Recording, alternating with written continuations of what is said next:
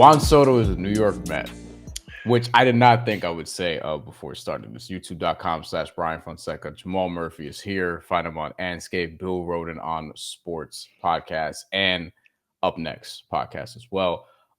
You cover a bunch of different shit like me, baseball. You cover that a little bit more than me. I haven't covered a ton of baseball over the last few years, but obviously have been plugged into what the Mets are doing, and what they have been doing is competing at a high level, at least 2 of the last 3 seasons. And in this free agency sweepstakes, they get Juan Soto, which I'm not going to lie, like as somebody who's grown up following this organization, the cynicism creeps in. And then I'm like, yo, he's probably just going to go back to the Yankees, or he'll probably go to the Dodgers, and the Dodgers are going to have the deck stacked. Then it's going to be like, all right, well, cool. I guess we'll be playing for second place for a bunch of years. But that didn't happen, Murph. No. It's a crazy deal. It's 15 years. It's $765 million.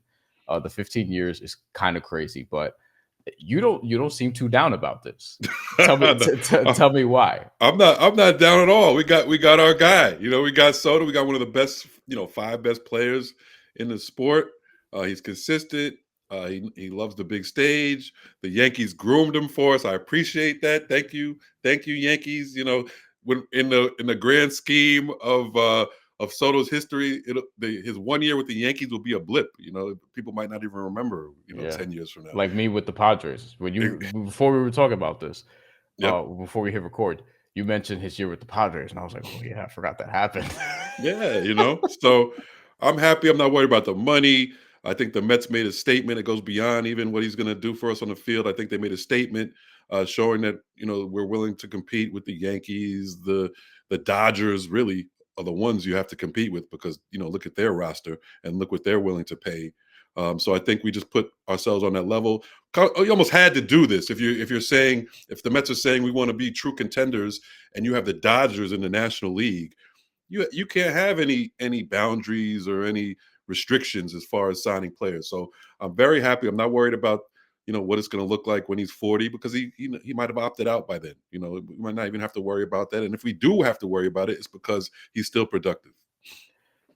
He has an opt out after 5 years, and we're still getting final details on the contract. Right. But we know it's 15 years. It's $765 million. He's going to make annually like north of $50 million for a bunch of this, maybe the whole thing. But we're still getting like the final details as of the time we're recording this. But I mean, this is somebody with a career 281 postseason batting average, a career OPS in the postseason, well over 900. His batting average last postseason was 327. His OPS was 1100. This is with the Yankees, who rented him, as you said. Played on the Yankees team that went to the World Series against these Dodgers. Won one fewer game against the Dodgers than the Mets did. Yep. But it was a gentleman's sweep. They were down 3-0. They ended up winning sort of this last ditch effort. And then they lose in their home stadium. And he joins the Mets, which, when has this ever happened? Just on its face. So like Steve Cohen has already, I feel like, distinguished himself from previous ownership, previous iterations of the Mets in terms of going for it. And this feels way different, Murph, than a couple years ago, where you have the old pitcher off season, where it's like Verlander, and obviously they have Max Scherzer for a little bit, and end up cutting their losses a little bit early, which I thought was smart because it helped replenish the farm system a little bit. And now you're talking about a team that's ready to win and also has some young guys who are ascending. And Juan Soto is going to be a big part of this now, because he's also 26 years old. He's really young. Yeah, no, I mean, there's no downside to this. I don't see it. I mean, if your team didn't get Juan Soto, I get it. If the Mets didn't get him and the Yankees got him, I would have probably been hating, like, oh yeah, the end of the contract, he's gonna be 40, it's gonna be a mess. But that's just what losers do. That's the complaints that losers have. So I'm not worried about that right now. I got my Mets fandom hat on. We're good. But yeah, no, it's a great move. And they still have money. I think there's still a good chance that they re-sign Alonso. I think at this point that would be smart to try to go ahead and do. Keep a bat behind Soto, protect him in the lineup. And money matters right? It is surprising that I was surprised that a player of that magnitude would be with the Yankees and that tradition and have success and get to the World Series Hmm. and then still decide to leave for the Mets. I'm a Met fan, and I don't get me wrong. We've had our ups and downs. I don't. There's this narrative out there, from the mainstream sports media, like the Mets are like worse than we are, really, because they're like, oh, the little Mets that they're just known for their foibles. But that's not true. Like, we've been to World Series. We were in the World. We were The at the NLCS. 2016 World Series. We've had success. We've had some down years, but it's not Yeah. like we're like the worst franchise, one of the worst franchises in the league. Like, Yeah, that's but they're not ridiculous the to me. they're not the Jets. You know what I Exactly. mean? They're They're not the not the Jets. Giants currently, you Yeah, know? they're not the. I know the Giants have 2 Super Bowls, like, within the last 20 years, but, I mean, We're they're not. They're not even the Knicks. Like, what? The Knicks haven't done anything, since '72 or something. You know what I'm saying? So, like, I wasn't even around for that. At least I was around when the Mets won. I was Yeah, born. I You wasn't know. yet. But here's the thing, like, in my lifetime, as somebody so I'm born in mid-90s. Right. And the Mets in my lifetime, like, I'm a kid and they're good right away. Like, in Right. '98, they're pretty good. In '99, they get to the NLCS. And in 2000, they're in the World Series. Right. And then it falls off a little bit, but quickly you hear about who's this Jose Reyes kid? Who's this David Wright guy? You know what I mean? And they start coming up. And Right. then all of a sudden, '05, it looks like they're ascending again. And '06 looks like it's going to be a good year. '06, '07, '08 was a run. 2 years, they collapsed at the end. But those were good teams in the regular season who were playing meaningful baseball. '06 in particular, that was the NLCS year. And they had 6 All-Stars that year also. Right. Right. And then it goes down a little bit. And this is where it gets pretty dark. But then in 2014, again, there are signs of like, hey, what could happen here, whatever. So it's like every 5 years is a run. And then in 2015, they're good, better than expected. They trade for Cespedes, which changed everything. Right. And he single-handedly like brings them to the playoffs. And then they get to this World Series run, which nobody expected. And in 2016, they're back in the playoffs, dips down again, and then we're back a couple years ago with 100 wins, and now this past year NLCS. So Right. every 5 years there's like a run, but this one, Murph, feels like it's going to be a little bit longer. And I want to mention Right. the money stuff again in a second, but I want to throw this at you first. This feels like it could be a longer run, like the longest actual run um in a long time, because even in the '80s, when you think about it, like, one, it was harder to get into the playoffs, so it's hard to judge. But they have the World Series in '86. They were pretty good before that because you Right. had Doc and Darryl ascending Right. young So guys and things of that nature. 85 to about 89 or something Yeah, like that. yeah, that's the Right. run. So I Right. feel like this could be even more sustainable than that, because Steve Cohen is willing to pay, and I feel like he's learned some things, given that he's already kind of like failed at one build and has already transitioned into another one pretty beautifully. Stearns as the GM is, That seems too. like a brilliant move. He's a very sharp guy. Love what he did with the pitching staff. Rebuilding the minor league system, like you said. So that's what makes you think that this is going to be a real run, not just a run, just like, building the foundation to a successful franchise, a consistently successful franchise. That's what he's been able to do. Obviously, he's used a lot of his money to do that. But you're going to go over what their roster might look like next year. It's a combination of guys who have been signed, homegrown talent from that minor league system, who showed improved last season at a high level, like Vientos. I mean, he's a stud. Um, Alvarez, like, come on, man. Like, it's Soto's not going to be by himself here. And then you got to trust what Stearns was able to do with the pitching last year with Severino, Manaya. Those guys, nobody expected anything from those guys coming into last season, especially me. I looked at their starting rotation in the spring training. I was like, oh my god, I'm used to Same. we're used to seeing like DeGrom and Syndergaard and Harvey before, Harvey and, like, and and then we had old Zach Wheeler. Verlander and Scherzer. Like, the Mets, you go back to Gooden. We've always had name pitchers. That's Yeah. been what we've always had. And then last season, I'm looking at it like, what is this? We have no chance. But I was wrong. Yeah. So now they signed Montas and Clay Holmes. I'm like, hey, and you let Severino sign for a whole bunch of money to the A's. I'm like, hey, Stearns, do your thing. Yeah. I'm not critiquing any of that. I trust you right now. Yeah. I mean, he's earned that in short order. And this is what he's paid to do is find value. And the route that they've seemed to go is like these prove it deals with pitchers that, it worked. It worked with even Jose Quintana Yes. before those guys, right? And we'll see if they bring Mania back. I don't know if they will, but they did get Clay Holmes, and they're gonna try him as a starter, which I'm curious about. But back to Juan Soto for a second. So the deal is 15 years, 765 million, as I mentioned.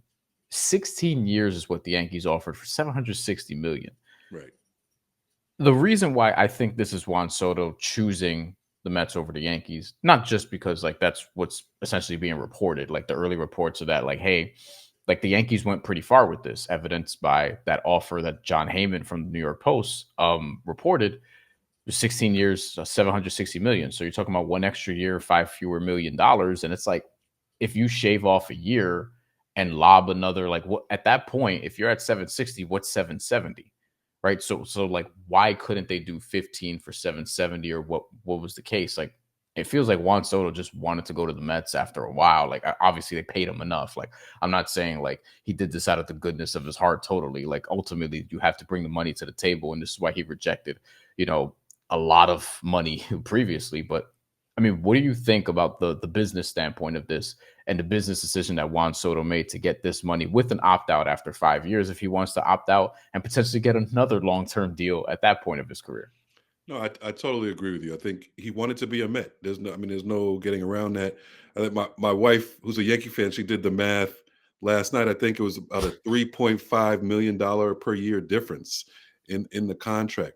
So, I mean, if you really wanted to be a Yankee, not only if he went back to them and said, "Hey, just for aesthetics, can you bump this up so We don't know that he didn't, to be yeah, fair. we don't know he didn't, but even if the Yankees said no, it makes no sense, right? Because it's close enough.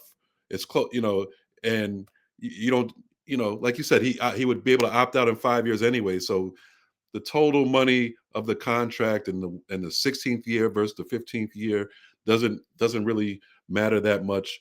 I mean, it's clear, he made a choice. And also he wanted to stay in New York. He could have went to the West Coast. He could have went to Canada.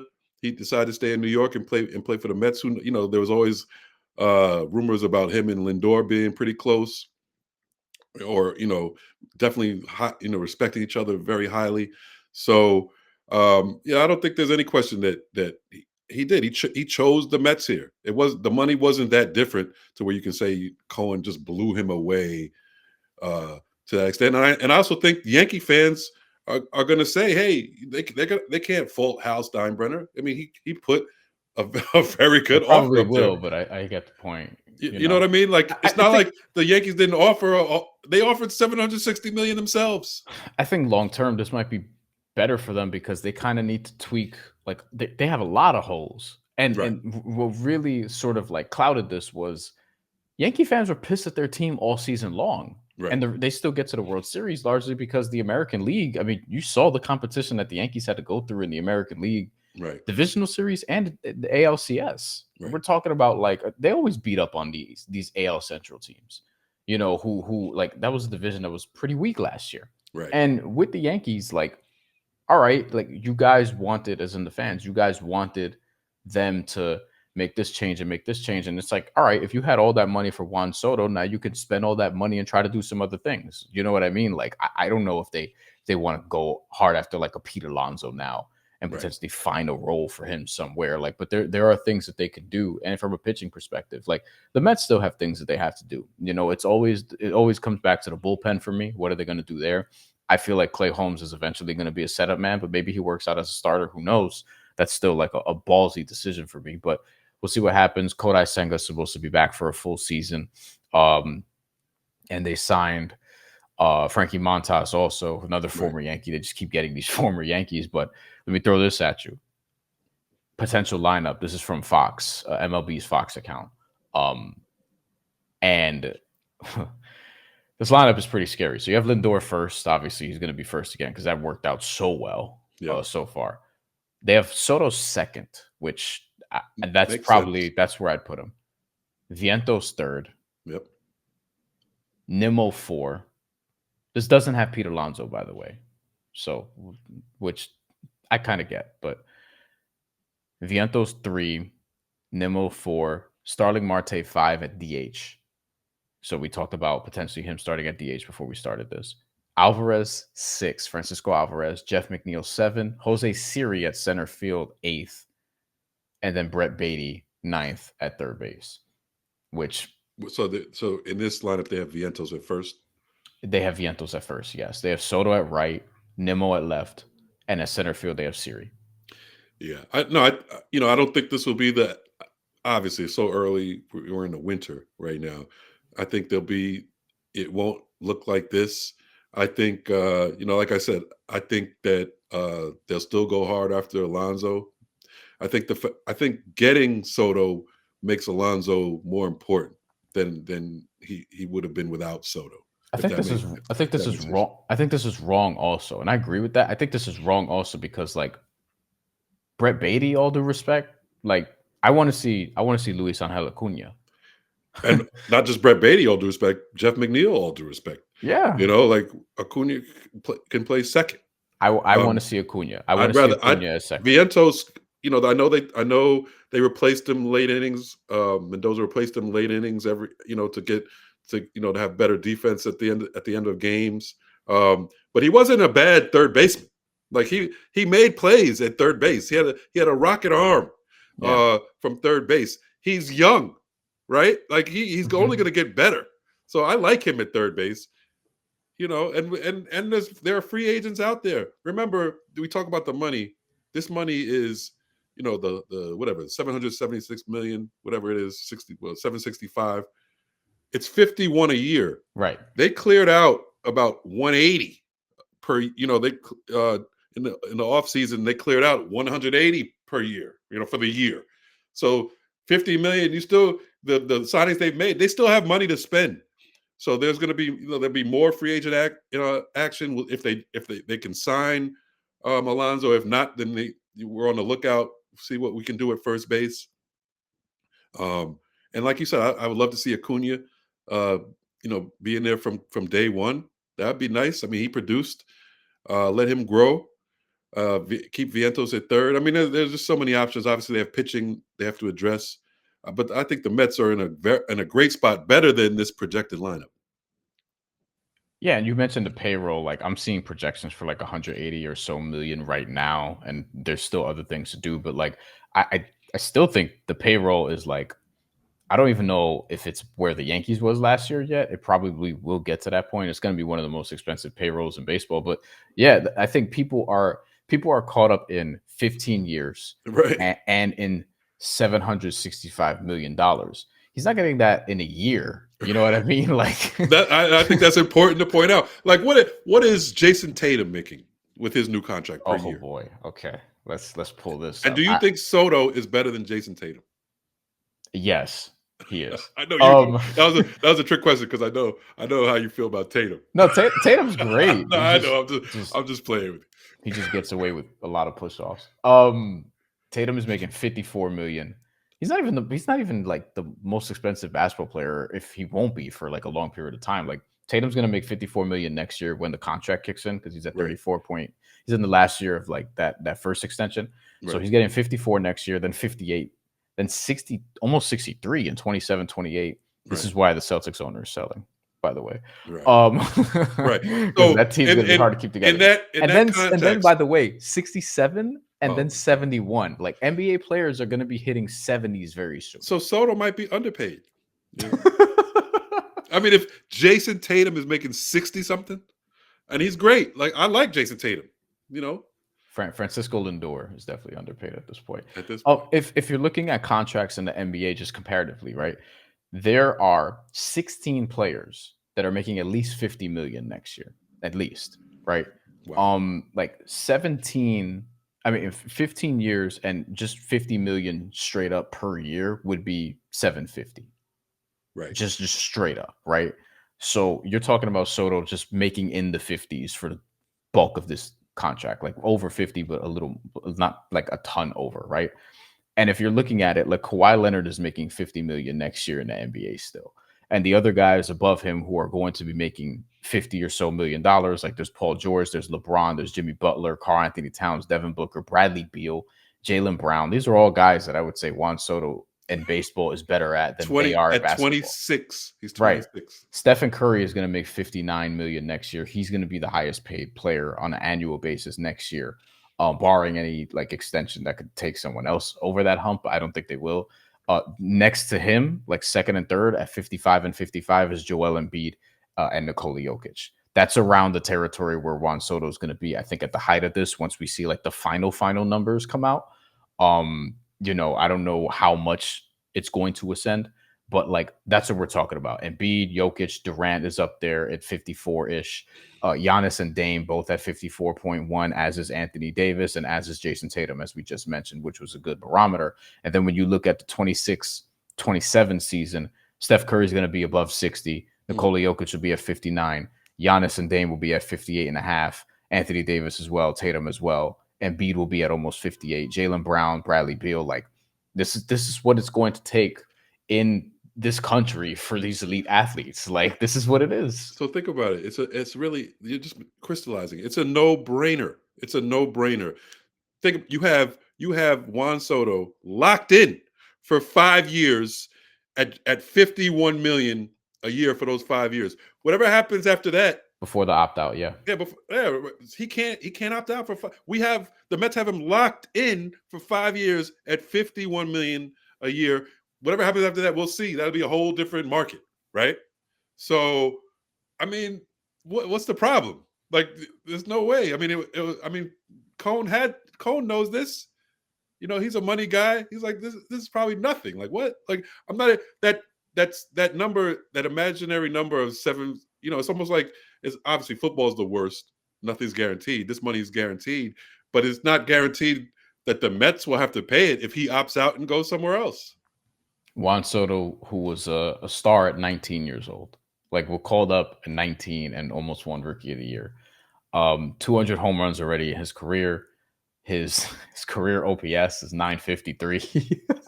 I mean, Which is pretty the ridiculous. swag is ridiculous. I mean, Yeah, his stance. He's gonna have a little kid Met fan, pretending to stare down the pitcher after each pitch. yeah. I mean, he's charismatic. In other words, uh, I mean, it's big time. It's big, and like I said, the fact that the Mets are doing it the right way. Hmm. It's not like they just threw money at this guy. They're still making smart baseball moves. Hmm. Uh, Plenty of moves to come. I mean, as a Mets fan, you have to be excited. You have to Yeah, be. you have to be, and I wouldn't get caught up in the years. Like No, especially when it's a 15-year deal like this, like you don't get caught up in what's going to happen in year 15, especially with sports contracts now, even 5-year deals. You're generally paying for like the first 2-3 years, and then you'll deal with the back end when that time comes, however it looks. Like that's right. that's generally how sports business is done now. And you could say for some people, I'm sure that's how it always was philosophically, but I think a lot more people are just figuring out like, hey, you're overpaying for the front end of the deal. Like what Steve Cohen, what the Mets, what everybody wants here is to win now, and then you'll just figure it out later. And he's 26, so ultimately, like what you really care about is those first 5 years, as you mentioned before, any potential opt out. If he opts out, you figure it out from there if you want to extend him or not, see how the relationship is, see if you've won by that point, how close you are if you haven't. And if he doesn't opt out, then you still have him. And hopefully the relationship is good. You've won and you could just let this thing ride for another, 10 years, or if it's not even 10 years, And whatever. what's 50 million going to be in 10 years? Like, things don't stay the same, right? Yeah. Like, that might be a bargain. Yeah. So I mean, come on. Yeah. Come Yeah. on, man. Like, don't let's as Met fans, don't entertain the haterism that's going to go on. And I get it. I would do the same thing if Sure. another team signed him, Sure. but it's a non-argument. Sure. Period. Yeah. The Mets win today. That's ultimately what it is. And it's the off season, but they won on the field last year and they did it 2 years before that. So we'll see if they can actually get a World Series out of this, which would be their first one in too long. Too low. Dodgers are still tough. We know Yeah, that. Dodgers still tough, and we'll see if any other contenders emerge in the National League. But betting wise, I already know like the Mets and Dodgers are the favorites in the National Yeah, I League. think the Mets are second behind the Dodgers right now Yeah, in that Vegas. makes sense. That makes sense. They still got some holes to plug, but they plugged a big one with Juan Soto. We'll see what happens next. That's Jamal Murphy. Up next pod, Bill Rhoden on Sports Pod, Andscape, Twitter, Blue Sky. You can find him there at Blackatologist. Thanks, Jamal, for joining, and we'll be back on the channel with more very soon. Take care. Appreciate you.